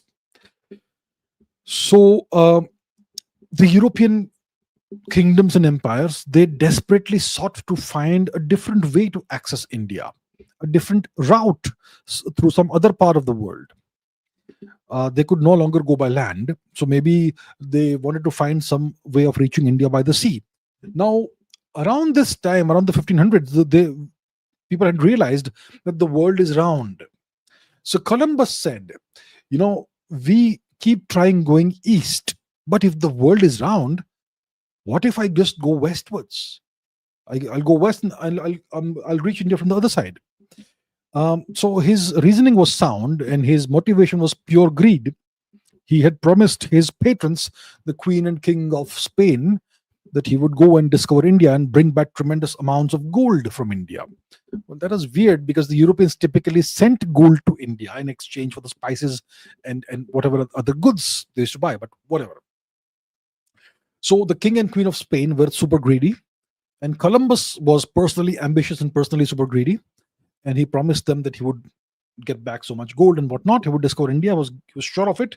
So they financed his expedition, the Santa Maria and all these ships, like 2-3 ships they gave him, or he acquired with the money they gave him, and he goes westwards, right across the Atlantic, and he is lost over there. And eventually he does discover, his crew discovers land, but he claims that he discovered it himself, obviously, right? And he obviously had reached the Caribbean islands, and he claimed it was India. And he proceeded to enslave the people of Hispaniola. Would you like to see the map? I'll show you the map. Where is Hispaniola? Right? That's the question you would be probably wondering about. So, where is map? Here is map. We go westwards. So he starts off from Spain. He stops at the Canary Islands over here to replenish his ships, and then he goes westwards and he reaches somewhere here. And eventually he colonizes this island and genocides the people there. This island was then called Hispaniola. Today it is divided into two countries, Dominica and Haiti. And he also discovered Cuba and so on. He did at least three voyages. He eventually got lost during the third voyage and he discovered Venezuela. So when he discovered the Dominican Republic and Cuba and all, he thought that one of these was Japan and the other was India. And he goes back to Spain and reports that, you know what, I have discovered India. So he was convinced that he had discovered India. I don't blame him for that. At the time, nobody knew where they were, right? And the compass doesn't tell you what country it is. And Columbus clearly was not at all familiar with what India was like, what India's culture was like, customs were like, geography was like. So he found something and he said that it was India. And that's what happened. Okay, Shubh says, what faith or religion did the Nazis believe in? Jesus Christ, Christianity. That's what the Nazis believed in. That was their religion. Christianity. Pretty simple answer this time. Okay, next question. Nirvana Shanks says Sparta was militarily dominant but socially rigid. How did its strengths also create vulnerabilities? Okay, so first of all, where is Sparta? We've all heard of Sparta. Let's go to the map and discover Sparta, shall we? Let us go to the map and discover Sparta. So we are here in India. We go westwards. We reach the Mediterranean, and then we move further west of Crete. And here we shall find Sparta. So let's just search for it, Sparti, and zoom in. Here we are. So this is the old, the erstwhile Sparta. What's it look like? Well, so that's where Sparta is. And as you can see, how far is it from Athens? Let us see, measure distance. It's about 150 something kilometers from Athens as the crow flies. So that's where Sparta lies in present day Greece. Okay, now let's talk about Sparta. We're talking about classical Greece, which is about what? 600, 500 BC, around that time. 400, even 400 BC. That's classical Greece. So Sparta obviously was renowned for its militaristic culture. Very rigid, very harsh militaristic culture, extremely high standards. And the Spartans fought the Athenians. They fought Athens in the Peloponnesian War, and they defeated Athens. That war lasted decades. And they eventually defeated Athens. That led to the downfall of Athens. Eventually, Sparta itself fell, eventually to the Romans. Now, what's the deal with Sparta? It was militarily dominant. It was able to defeat Athens. So clearly, it had tremendous advantages. Socially rigid, okay. So what's the deal with Sparta? So as you saw, Sparta was located on this massive peninsula, which was connected by this land bridge, you could say, to the region where Athens exists, right? What was Spartan society like? Right? That's the question we have to ask ourselves. How many Spartans were there? Spartan society was very strange. They were all soldiers. Their only profession was warfare.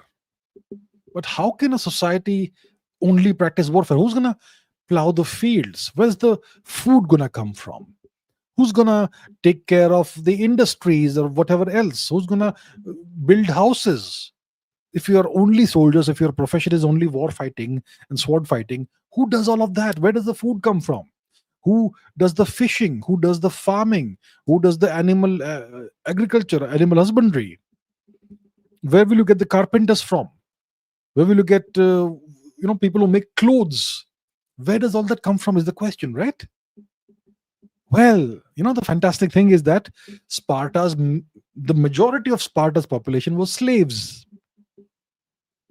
So if you had one warrior, you had 7 slaves for that one warrior. What were these slaves called? They were called helots. Helot. Helot. Plural is helots. So the helots were the people, the majority of people of Sparta. Maybe they were an ethnicity, maybe they were a tribe, maybe they came from a place called Helos. We're not quite sure, but they were called the helots. And they were enslaved by the warrior caste of Sparta. And you know what was the manner of enslavement?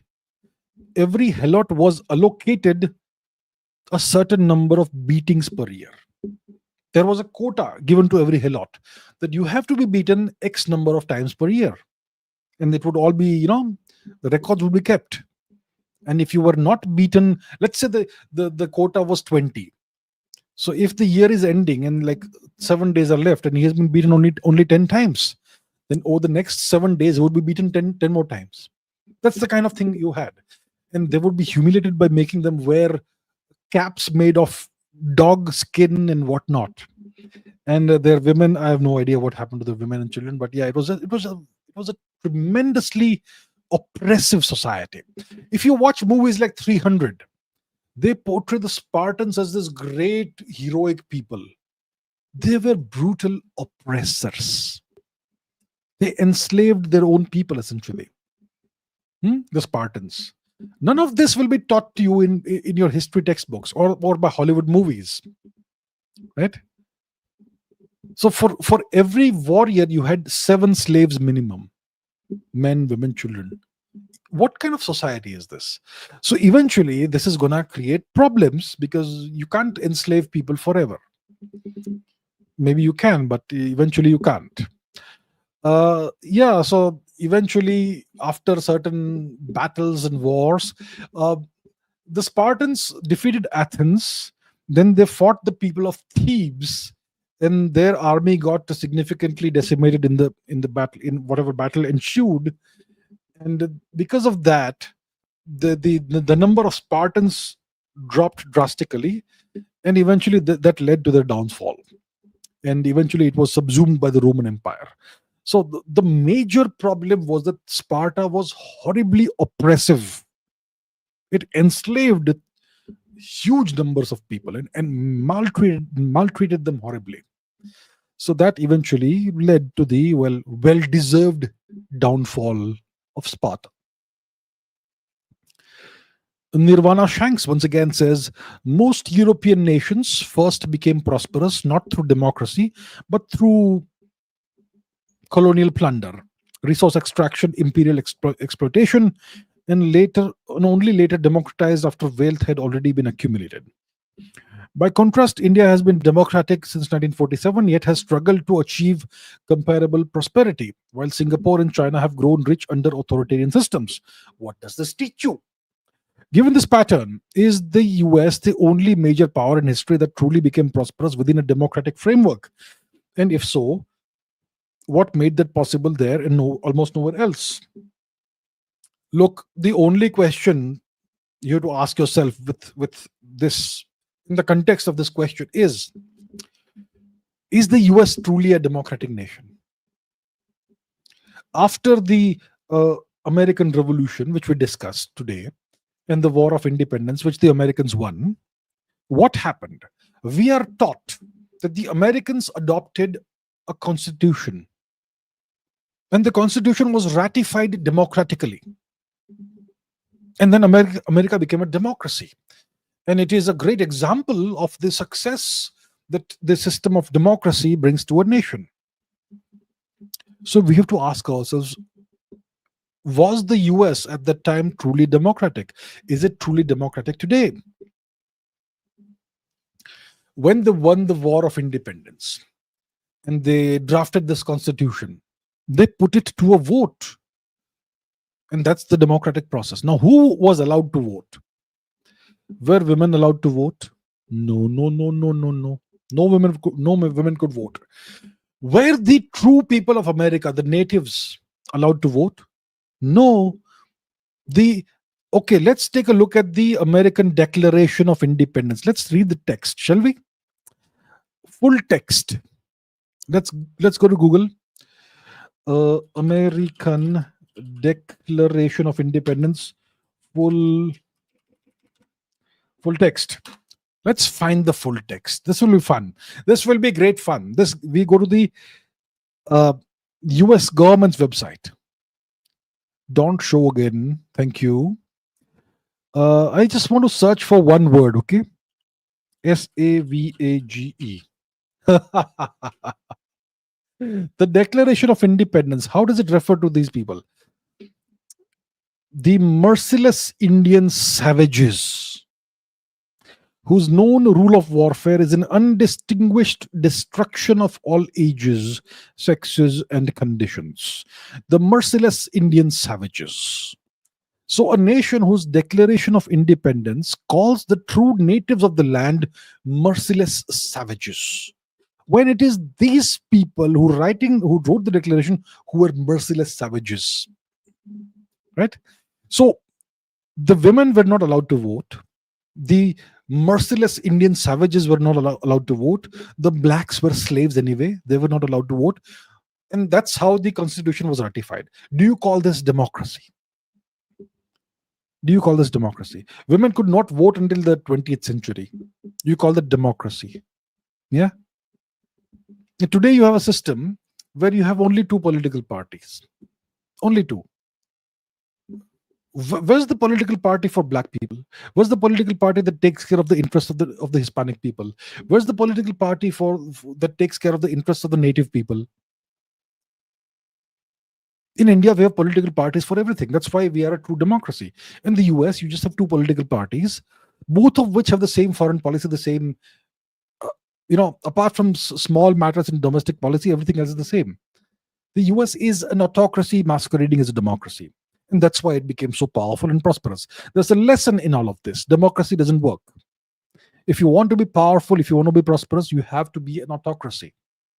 That's the lesson that you have to learn. The Baron Zemo says, I recently came across the name Library of Ashur Banipal.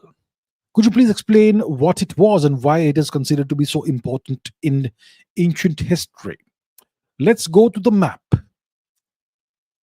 And we are going to go to Iraq, present day Iraq, which, well, hardly exists anymore.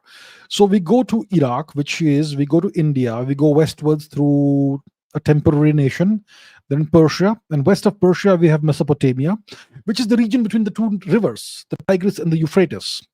And over here we will go to Mosul. Mosul is up here in the north. And near Mosul we're going to search for Nineveh, which will be Zoom. Okay, Nineveh ruins, and that's where we go. So here we have the ruins of Nineveh. Where's the Shamash Gate, Sennacherib Palace, and so on. So let's go to the palace, and could you please not do this? Yeah, go away, please. Thank you. We go to satellite image. You're going to see hardly any vegetation at all. And we go in here. So this is the ruins of Nineveh. And that's where somewhere in this area you had the library of Ashur Banipal.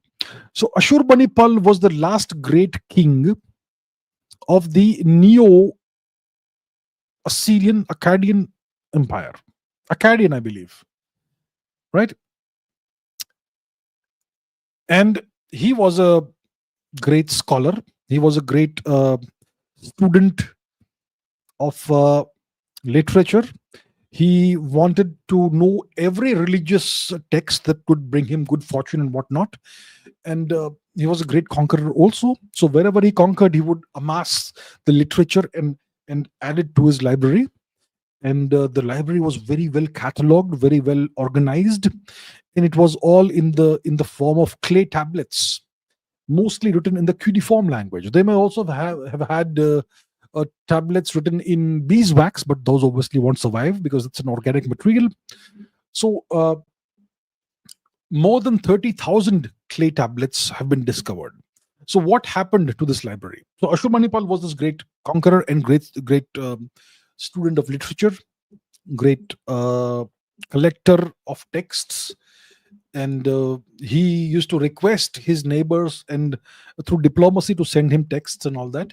And whichever countries or kingdoms he would conquer, he would gather the texts and add them to the library. So eventually it became a very massive library and a very well organized library, probably one of the first libraries that we know of, that of which something survives, right? And eventually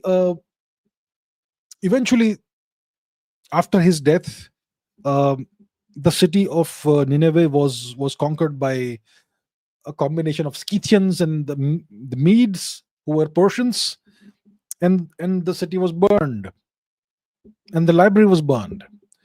And because the library was burned, these clay tablets got baked, and that's why they survived until today. And the British discovered that, and today most of these clay tablets are found in the British Library, which is an active crime scene full of stolen heritage. So, because of this gigantic library, more than 30,000 texts in various forms, some are not well preserved, some are fragmented, some are reasonably well preserved. Because of that, scholars were able to decipher the cuneiform script. And, this library obviously gives you a lot of information about the Mesopotamian uh, culture, civilization, empires, and so on. So that's why it's so important, right? Okay. Prem says, how did the Portuguese occupy present day Brazil despite the Treaty of Tordesillas? Great question. Treaty of Tordesillas. It happened sometimes in the 16th century. Columbus discovers the Americas. He thought he had discovered India. He discovered America. Eventually, the Spaniards reached the Americas and they devastated Tenochtitlan, which is the Aztec Empire, which is today Mexico. They also destroyed the Inca Empire, and the Spanish were after gold. The Portuguese also had tremendous seafaring capabilities. So the Spanish and the Portuguese decided that we should not fight over these things. So we should divide up the world in two halves. Spain should take one half, Portugal should take the other half, right? So they got together, they put the map in front of them, and they divided the world up, and they signed a treaty which is called the Treaty of Tordesillas, which divided the world into two halves. So the western half, the western hemisphere, so to say, was given to the Spanish. The Spanish would have full rights to do whatever they wanted there. Whichever land they could find where you did not have Christians, they could go and conquer the land. They could genocide the natives. They could enslave the natives. They could rape the natives. They could do whatever they want, unless they converted to Christianity, in which case they would be spared too much horrors. A little bit of horror is fine. So the Spanish, they took the Western Hemisphere. The Portuguese, they took the Eastern Hemisphere. That's why the Portuguese, Vasco da Gama, etc., they came to India. That's why India was colonized by the Portuguese to some extent. Otherwise, if the Portuguese had taken the Western Hemisphere, then the Spaniards would have tried to colonize India. That's why you have Portuguese Goa.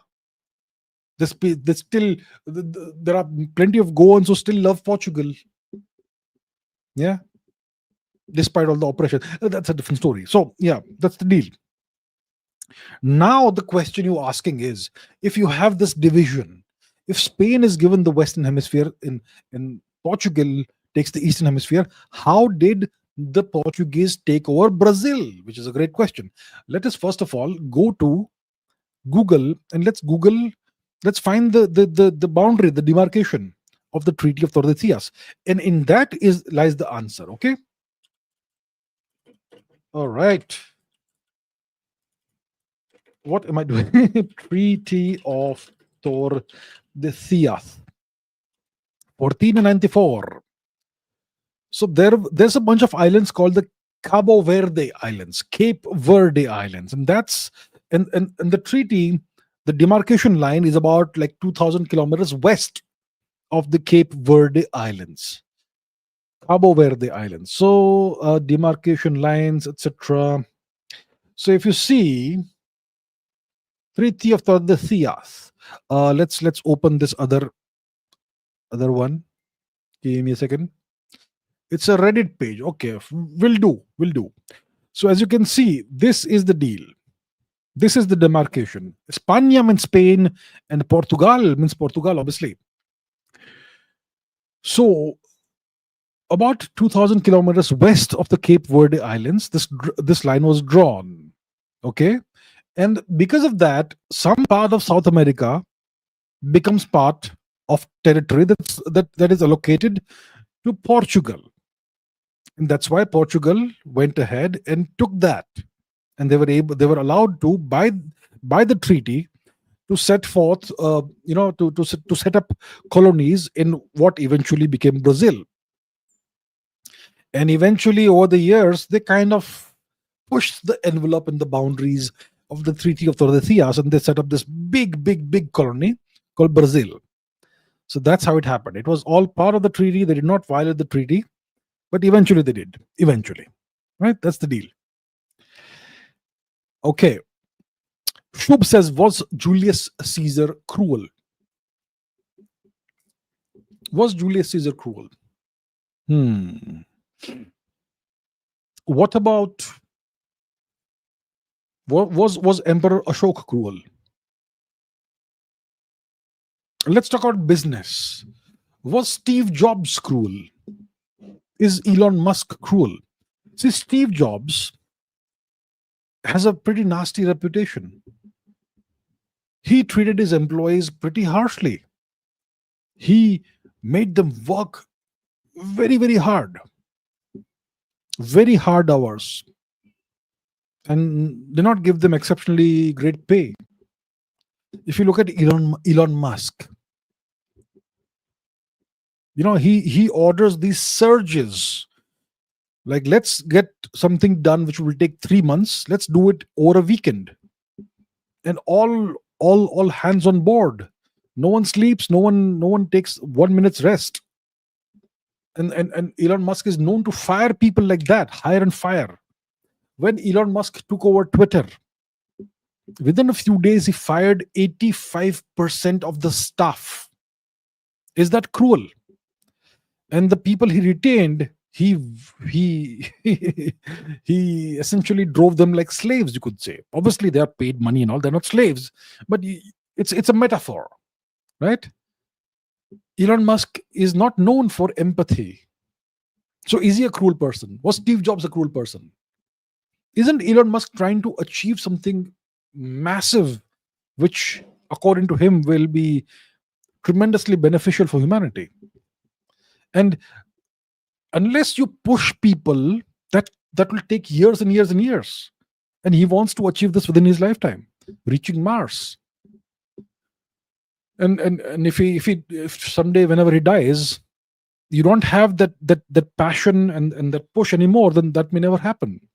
So that's why, isn't it justified to push people that hard, and be so cruel? Most people can't take it. They have to leave the company because the pressure is too high. It's very cruel. Is that cruelty? Steve Jobs was very similar. Was he a cruel person? Julius Caesar killed so many people. He essentially conducted genocide. Was he cruel? Ashok, you could say, did the same thing. Was he cruel? Samudragupta conquered the entire subcontinent. Beyond that also, he obviously conducted a lot of warfare. Many people died. Many soldiers of his opponents died. Was that cruelty? Was it? That's the question we have to ask ourselves. Karl von Clausewitz, one of the greatest military historians and writers, strategists, he wrote, and I'm paraphrasing here, that mercy has no role to play in warfare. Mercy is dangerous in warfare. Let's say you are a general of an army and you are facing your opponent, and you decide, and you want to, see, as in a war, in a battle, in a war, in a military campaign, you have objectives, clear objectives. I have to go and capture so and so territory, right? That's your objective. Now let's say the enemy is surrendering to you. So then what do? You have the task of capturing so and so territory in so and so time. Now the enemy wants to surrender to you, and you want to be merciful. You want to take them as prisoners. If you take them as prisoners, you have to allocate half of your army to guard them, to feed them, and maybe they want to sabotage you while pretending to surrender. So should you surrender and waste your time and delay your operations, which could create a whole ripple effect and defeat your entire force, not just your campaign, but your other generals and your other armies as well? Should you delay that in the name of mercy, or should you take no prisoners, which means you will kill them all? What should you do? And in case, so that's one example where being merciful could end up causing much more cruelty to yourself and to your people. And let's say you're fighting a war, and the enemy is losing, and you don't want to, destroy the entire force. So you slow down and you don't bombard them because they are now almost decimated. But will that not bog you down and give the enemy the chance to come and potentially defeat you again? The whole point is what Karl von Clausewitz said, is that in warfare there is no place for human sentiments. It is all mathematical. You have to keep your sentiments, your emotions out of it. If you try to be merciful, you actually end up creating more trouble, and you end up being more cruel. Yeah. So in these matters, whether it is the military domain or the business domain, emotions, sentiments, there's no place for that. You just have to achieve your objectives as efficiently, effectively, and rapidly as possible. That is the most merciful thing to do, essentially. That's how the world works, unfortunately. Yeah. Okay. I have, as always, many more questions, but I'm gonna have to. I've already crossed 2 hours. Let's take some questions from the live chat now. Maybe for another 10 minutes. Okay. So, in case you have questions, please ask me. Please feel free to ask me. I'll take a few questions right now. All right. Let's see. Oh, I see that we have super chats. Good God, people are taking super chats.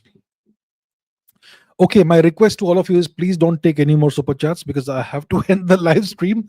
I'm going to do a long one tomorrow, so I better not do a very long one today. Let me take a few questions right now from the super chat.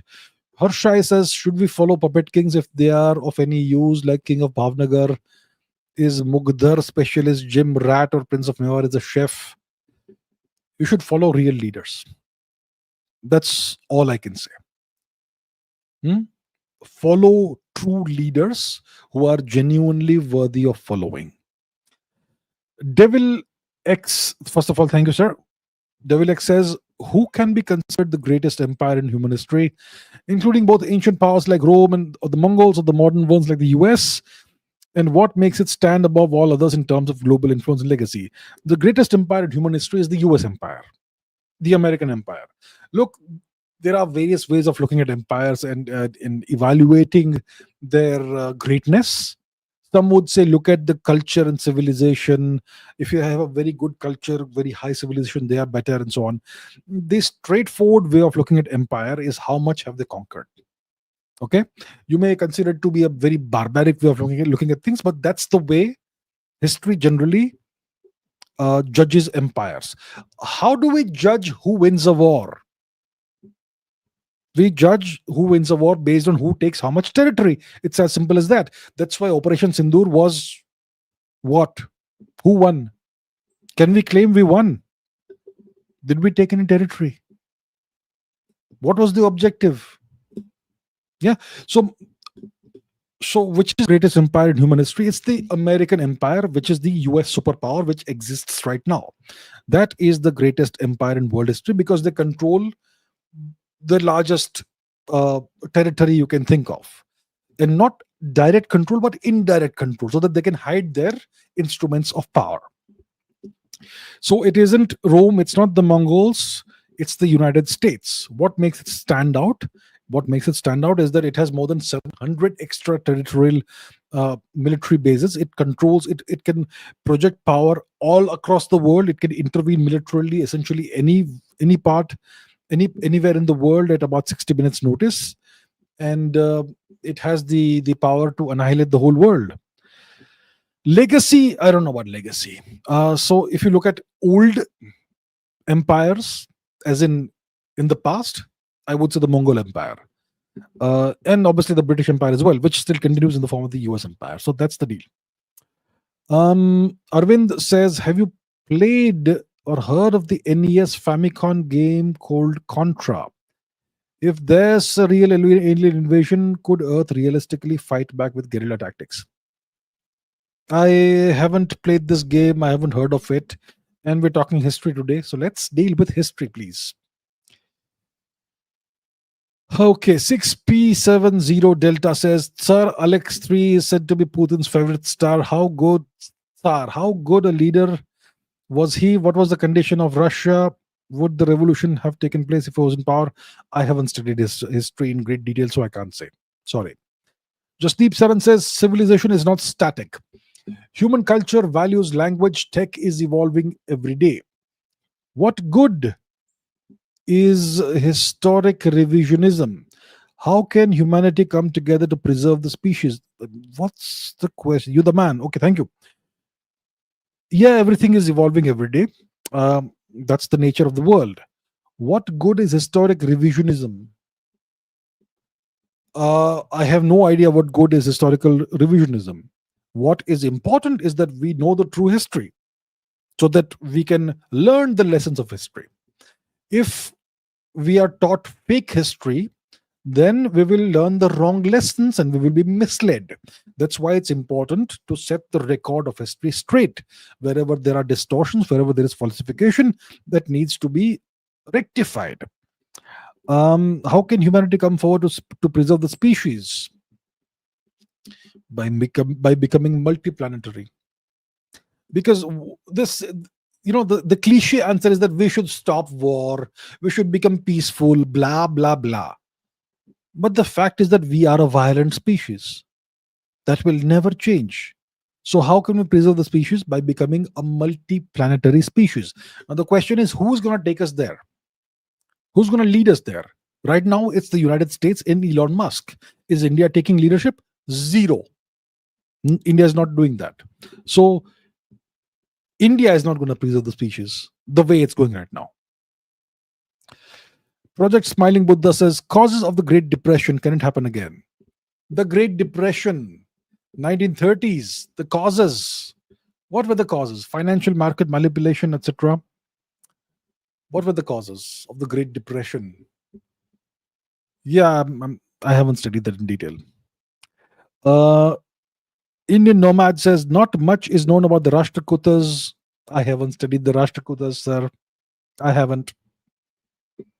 I'm not a specialist in the Rashtrakutas. Harsha says, how come Mewar dynasty, every king's fought with the Turks? We can ignore the bad exceptions, but other dynasties have only 2 or 3. I don't know. Look, everybody fought the Turks. Okay, whoever had to fight them, fought them. Let's not single out this or that. Everyone fought the Turks. All the Rajputs fought the Turks. And the Marathas defeated the Turks. So, Excess Phoenix says, feudalism becoming dominant in the West due to merger of core and government. But technological development stalled due to elites becoming mediocre. Bharat has hope as next generation are interested in development and avoiding traps. Please look at Kuka Namdare 6. Okay, I'm not sure there's a question in here. There is observations. All right, sir. Thank you for your observations and this and what you're saying here. Kuka Namdare 6. Okay, I shall look into that. I shall make a note of that. Thank you. Durgesh says, your Favorite anecdote from history excluding India? There's so many. Look, I get these questions all the time. My favorite empire, my favorite book, my favorite movie. I don't have a single favorite of anything. There's so many examples of these things. So I can't give you a single one. Mehu Vikram says anything about Hyderabad Nizam Mir Osman Ali Khan. I have not read anything about this individual, so I can't say. Thoughts on Andrew Huberman? This is not history, sir. How he loots knowledge. Yeah. He. Yeah, that's a phenomenon. That's a long time thing in the West. It's like the Wim Hof method of cultural theft. He will steal yoga, he will steal pranayam, he will steal bastrika, he will steal kapala bhatti. He will put that all together with Himalayan cold weather exposure, and he will say it's the Wim Hof method. And Andrew Huberman does the same thing. So, standard tactics. James, good to see you, James. India in the 40s was slowly filling with pious British evangelicals who wanted to not just rule and administer India, but also to redeem and improve it. Indeed. And India is still being filled with these fantastic evangelicals who are no longer merely British, but they're also American and from various other countries, and who are carrying forth the flame that the torches that the British lit. So I suppose, James, you must be greatly pleased with what is currently happening in various parts of India. In the past, in the 40s, you had only a few pious British evangelicals who were converting a smattering of evil backward Hindus to superior Christianity. But today you will see that this is happening on an industrial scale in India. So this shall please you and fill the cockles of your heart with great warmth, my dear James. All right. Prashant Sharma says, any book which talks about caste system before the British? What's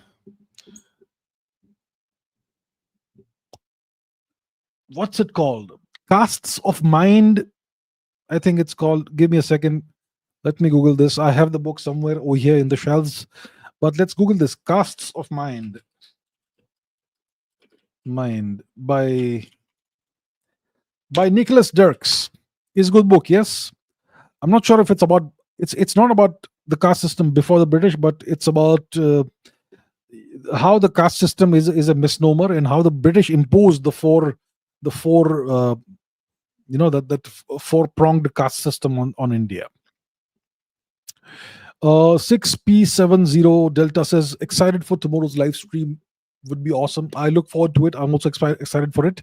So that brings me to the end of today's live stream. I am excited for tomorrow's live stream. It will be an extended live stream.